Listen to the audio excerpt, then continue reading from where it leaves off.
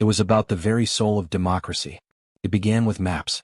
New congressional district lines, redrawn and pushed by Republicans with support from President Donald Trump, were on the verge of being approved in Texas.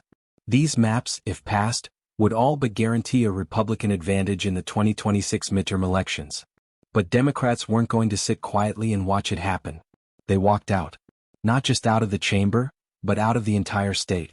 By fleeing Texas, Democratic legislators denied the House the two-thirds quorum needed to vote. It was a dramatic move, echoing tactics they had used in 2021 to delay voting restrictions. Texas Governor Greg Abbott, furious, responded with threats. He floated ideas of removing lawmakers from office, even accusing them of committing felonies, without evidence. He labeled the move as unpatriotic and criminal. Meanwhile, on national television he openly acknowledged that yes, this was gerrymandering, before correcting himself to say Texas was simply drawing lines. Abbott's allies in the legislature responded by threatening fines, lawsuits, and even physical detention. But the Democrats weren't backing down. From Illinois, New York, and beyond, they stood in front of cameras and called the move what they believed it to be, a modern-day theft of democracy. New York Governor Kathy Hochul compared it to a stagecoach heist. Illinois Governor J.B. Pritzker joined in, framing the fight as a national struggle. Even California Governor Gavin Newsom weighed in, using the chaos as a rallying cry for broader Democratic momentum heading into 2028. But in the background, critical aid for recent flood victims in Texas was now stalled.